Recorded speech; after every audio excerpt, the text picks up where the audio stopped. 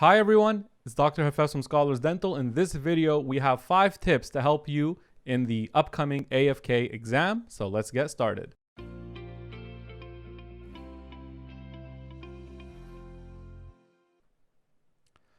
All right, welcome back. It's Dr. Hafez from Scholars Dental, and we have 5 tips to help you in the upcoming AFK exam.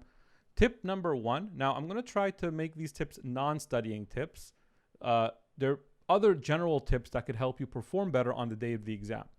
So tip number 1 is to actually check or go to the exam location center or location, wherever you're taking it, before exam date. Okay. So I personally don't like it that the actual day of the exam is the first time I'm actually discovering the center I'm taking the exam in or the location. Sometimes you might have the address may be weird, or sometimes if you're using Google Maps, let's say, it's not accurate where it's pointing to. You might have to figure out where it is. Sometimes the entrance is not where you think it should be. All that, I don't want that on my exam day. On the exam day, I want to be stress-free of that. That shouldn't be a factor that's causing me problems on that day. Only maybe the questions should be, right? So 1 week, when you find out where you're taking the exam, exactly where it is, a week before or 2 weeks before even, try to replicate your pathway, how you're getting there. If you're getting a ride, or if you're taking a cab, or if you're taking the subway, do that once to kind of understand how, and do it on the same day. Like if it's a Wednesday at 8 a.m., do it on the Wednesday at 8 a.m., for example. Just replicate that so you understand anything that could happen on your way. And then you could kind of prevent that from going wrong. So if you're taking the bus, okay, well, I got to figure that out. If you're taking a cab, if you're getting a ride, how's the traffic on that day at that time, right? Figure all this stuff out before the exam date. Don't make it that date, right? So that's tip number 1, is to check the exam center, go to it, try to replicate that scenario, exact time, exact day if you can, of the week, basically. If it's a Wednesday, then try to do it on a Wednesday. If it's a Saturday, do it on a Saturday. Do that, and I think that will make it easier for you on the exam day, that the center, the entrance, where it is, how much time it takes to get there is not a new variable or a new factor that could cause you any stress on that day. Okay, so that's tip number 1. Tip number 2, I would say, kind of relates to it, is just on that day or the day before, you want to do the right habits. So sleep early, okay? Wake up early and try to go to the exam center early. So go early, okay? It's known, or I think it's obviously known, that if you go late, you're going to have a higher stress level in the exam. You're always like, oh, am I going to miss it? Are they going to let me in? You don't need that. Go early, way before everybody. Just go early and just wait. It's going to be a lot more peaceful. You could meditate there. You could just sit down and don't talk to anybody about content. People could stress you out at that time. So that's going to be a different tip, but go early and just be by yourself and try to relax and just, get in the right mindset. Okay. And I'm going to explain that as well, what mindset that is. So sleep early, go early. These are the habits, right? Maybe stop studying the night before. Don't be like the last thing you did before you sleep is, you're stressing about the exam. Now, I know that this may not work for everybody. Everybody has different things. These are just suggested tips. You don't have to, I'm not saying this is the way you have to do it. Some people like to cram things in the last hour, right? But I just feel like whatever you've been doing in the last few months, that's what really counts. And in the last day, you probably want to review a few things, and then, just give yourself a few hours before you sleep to get tired, to sleep early, to wake up early, go early. Maybe in the morning, do what you usually do with coffee. Like, don't make it a new thing where, okay, today I'm not having coffee at all, because that may annoy you. You might get some sort of effects from that, or a headache. So, if you always drink coffee, then have some coffee, but also don't overdo it so you don't need to use, the washroom, or could affect you that way too. So try to do your normal, your normal routine. Don't do something too weird on that day, right? Sleep early, go early, as we mentioned. So those are things you could do to prep you for the exam, and try to maybe stop studying if you could afford to do that from a studying point of view, if you've already been preparing for 6 months, stop studying a few hours before you sleep, and maybe don't study in the morning. Okay? Like in the morning, I will not study for my exam. That's it. That morning is just me kind of just clearing out my mind, right? Stop studying maybe a few hours before you sleep. So these are all things, I'm not going to make each one a tip here. These are all things in one tip. Okay? So tip number 3, I would say this one is something I actually tell our students. It's something we help them practice over time. I feel like it is an important one. Now it's the time to be confident in the exam. If you've studied and worked hard and did everything you can, you have to remove the fear while you're in the exam. And what do I mean by that? Okay, so fear during your studying time is a good thing to motivate you to study. It pushes you to study. Oh, I'm scared to not do well. I'm scared to fail. This is my chance. If I fail, I have to wait another 6 months. That fear you have motivates you, pushes you to work hard in your course, study, and prep for the exam. Now, on the day of the exam, the fear doesn't really help because you've already, that time for studying passed. So this is what I mean by getting the right mindset. You need to kind of remove the fear and build and create confidence. You have to decide that today I'm going to be confident. And that means be confident with the knowledge you have. Okay? So you have to pretend, even if it's not real, that you know everything now. That's it. You know everything. Any question that comes, it's going to be from the pool of knowledge that you have. You have to assume that. If you assume that a question that looks like it's weird, you might figure it out using the knowledge you have. At least you give yourself a chance. Now, if there's a question that you actually don't know, you're not going to know it either way, right?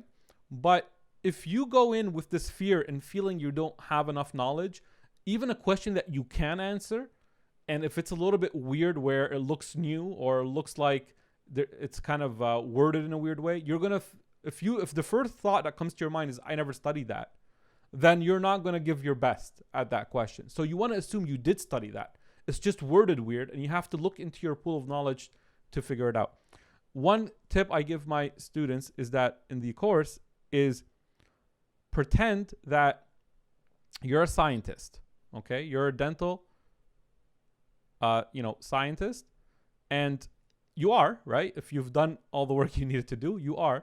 And in this case, imagine that we lost all our dental books, all our dental knowledge, and, this organization is trying to learn the answers to these questions. They're not actually testing you. They're learning from you. What do you think the answer to these questions are? We don't know. And it's your job to give them those answers. If you go into that mindset, I think it's going to be more relaxing. You're going to be confident. You're like, just give your opinion, right? You're going to say, well, okay, let me see this question here. Okay, you need my help to learn these answers because you guys don't know anything. I'm the only dentist in the world left. Just assume that and give your opinion. You're going to go in it relax. If you see a difficult question, go, well, we probably don't know this answer yet. And, if there is a difficult question, don't assume others know it as well. So sometimes it's difficult for you, it's difficult for others if you did the right preparation. So this is basically being confident in the exam. Assume you have the knowledge to solve the questions. Pretend you're a scientist, you are a scientist, and they're getting your opinion. That's what they're doing. They're not testing you. Okay? You're not in the testing seat. You're an expert giving your opinion so that they learn from you. Okay? Tip number 4 is a strategy I've been using in teaching, which is the 50 questions in 40 minutes. Now, this also may not work for everybody. It depends on you. So what I like to do is, and this involves leaving difficult questions till the end. Now, I know this is something that people talk about, and a lot of others think, that's just a myth, whatever. It doesn't matter. If you know it, I don't need that to actually, I need to solve each question as I go. But I personally used to do that, where I used to solve each question as I go. And I actually, when I was in my university, I would reach the end and not get to some questions because of that. So and then I tried this in the exam, and it worked. And for every exam, it's been working. So what I do is I do leave questions. If I see a difficult question, let's say question 12 is difficult. Okay. It has A, B. Oh, wait, here. Let me get, so question 12, let's say, is difficult. A, B, C. Oh, so I know A is wrong. I know C is wrong, but maybe B and D are correct. At this point, I would circle the question and then I would move on. When I come back next time, I kind of reevaluate. And a lot of times it works that I could answer it. Okay. So I reach a decision.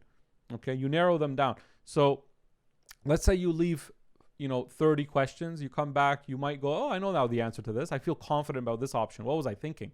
And then you narrow them down from 13 to 12, and then you go through them again, right? So that's something. Now, what do I mean by 50 questions in 40 minutes? I mean that you want to reach question 50. So let's say here, question 50. When you're on question 50, you want to look at the time and only 40 minutes passed. Now, it doesn't mean you solved all 50 questions, right? So you did leave questions, and that helps you get to this number, right? So for example, if I have 100 questions, right, I'm going to get to question 50 in 40 minutes. I'm going to get to question 100 in 80 minutes, right? And if it's a 2-hour exam, right? So it's 2 hours, let's say the exam, okay, an hour for each 50. And this is an hour and 20. So I'm going to have 40 minutes to review, right? 40-minute review. So again, what am I looking at here? If I look at the time and I see, okay, well, let's say I'm on question 20. Let's say I have 100 questions, right? And I'm on question 40, right? And the time is let's say this is 40 less than half, but the time is 25 minutes, right? So that means I'm supposed to be at question 50 in 40, right? Now I'm on question 40 and it's only 25 minutes. That means I'm going fast, right? So in this case, let's say someone else in this, so that if you're going fast, then you could start leaving more, or sorry, you could start solving more, spending more time on questions. And it's okay to go fast. If I'm on, question, let's say 50, and the time is 50 minutes, then I'm moving slow, right? So then I need to leave more questions. I need to, improve my threshold. So again, we do practice this in our mocks and we try to but basically what you want to try to do is when you look at the timer and you're on question 50, you want the time to be 40 minutes. When you look at question 100, you want to finish the exam in an hour and 20 minutes, right? If it's if it's 100 question each half, okay? And then this ratio here, you just kind of check. So when you're at question 25, right, that means you should be at 20 minutes, right? And you could gauge if you're going slow or fast. So if you use this strategy, it might work. You could, try it out on your own at home. Just get the, question booklets, or you could get the, the release questions the NDEB have, and time yourself. Give yourself time to see, when are you going to get, how long does it take you to solve 50 questions? How long does it take you to get through, not actually solve all of them, but how long does it take to get through these 50 questions? So I find this is helpful. I hope that all makes sense to you there. And then final tip is don't discuss things on that day of the exam. So what I mean by this is before the exam, you're going to go early. You're going to see people. Try not to talk about studying content a lot, right? Now, some people always tell you, oh, I talked to someone, they gave me something and it helped me in the exam. Maybe, but if you're someone prepared and you studied everything you can, I feel like at that point you might be just confusing yourself. If someone gives you a tip and then now it's confusing you, that's a possibility, right?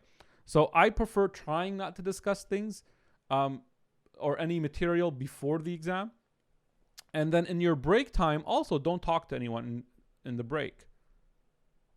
Don't talk in break. Just kind of relax. Use the break to relax, okay? So these two things will kind of keep you going. Some people get out and they start talking about, they want to know already if they made a mistake. How's that going to help you?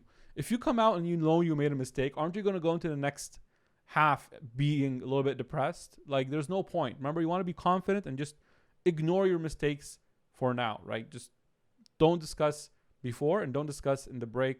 That would be better. Okay.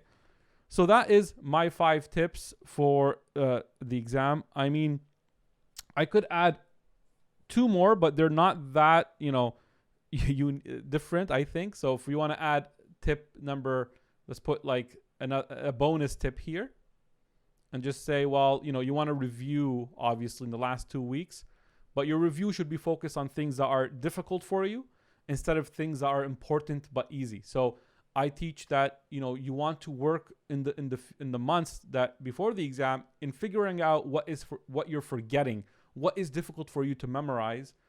And those are the things you want to review, right? Not necessarily just the important things, like knowing penicillin is a bactericidal. That's important, but is it something I need to review? I feel like it's easy. I don't need to review that.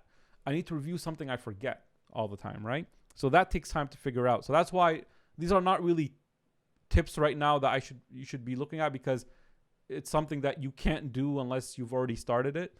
And the other one is a travel tip. Also, if you've already missed to do this, it's fine. But if you are traveling for the exam, I would recommend doing it 1 or 2 weeks, like 2 weeks before the exam. Sometimes I tell my students to do it a month. Like, just be in the new country or the new city you're going to a little bit before your actual exam date. If there's a lot of changes, like if you're going to stay somewhere, just to have your studying area set up to not have any jet lag. If you're traveling from country to country, like I would advise at least, or suggest, not to actually travel like 1 or 2 days before the exam, because you're going to be a little bit stressed, right? So if you've already booked it that way, it's fine. Don't let it be a factor anymore. Do the best you can and follow these other tips. But for any future exam, if you have time to plan it, get to the country or the area you're doing the exam. If it's far away, it's like you're going from country to country, do that 2 weeks, 3 weeks before your exam to get new factors, or get used to the new environment, to not have any jet lag, to figure out your studying station, stuff like that. If you're going from city to city, let's say you're just moving from one city, like from Toronto to Ottawa, for example, right? And you're going to stay at a hotel. There's no time change there. You don't have a place you're setting up, so that's different. That's not a problem if you go a day before, right? But I would still recommend you go there and then check out the location to figure out the transportation system, how you're going to get to that location, right? So, but if you're going, let's say you're traveling from a country to another country and there's a time change difference, you might get jet lag, you don't know where you're staying at, you do that way before the exam date. And I think this is probably obvious, but again, it's a bonus thing here, a bonus tip. So that's my 5 tips to help you on, performing better on the AFK exam. And good luck to everyone taking the exam. I hope you all do well. And that's pretty much it. We'll see you guys in ACJ, hopefully. And that's it. Good luck. I really wish everybody gets a good mark, but we know that's probably not possible. But you all prepared well, and go confident and be proud. And then after the exam, you have at least a well-deserved rest after this. So, and then you want to start with your ACJ. So that's it, everybody. Good luck, and I'll see you in another video. Goodbye.